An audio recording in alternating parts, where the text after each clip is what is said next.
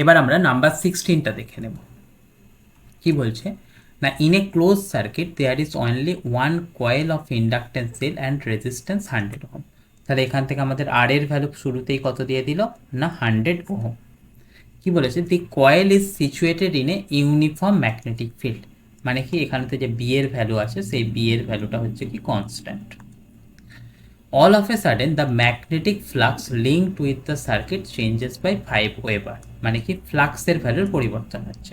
তাহলে change in flux মানে d5 সেটা ইকুয়াল টু কত 5 ওয়েবার। দিয়ে আমাকে বের করতে বলেছে কি what amount of charge will flow in the circuit.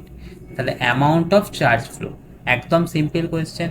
তাহলে ডিকিউ সেটা হচ্ছে কি অ্যামাউন্ট অফ চার্জ ফ্লো, সেটা মানে কি বলা হয় change of flux divided by resistance, একদম সিম্পল ফর্মুলা। তাহলে আমাদের সেটা d5 ইকুয়াল টু কত 5, রেজিস্ট্যান্সের ভ্যালু কত 100।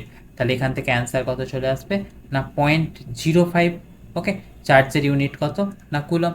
তাহলে এখান থেকে অ্যামাউন্ট অফ চার্জ যেটা ফ্লো হবে সেটা হচ্ছে কত 0.05 কুলম, যেটা হচ্ছে কি আমাদের অপশান বি এতে অ্যান্সারটা দিয়ে দেওয়া আছে।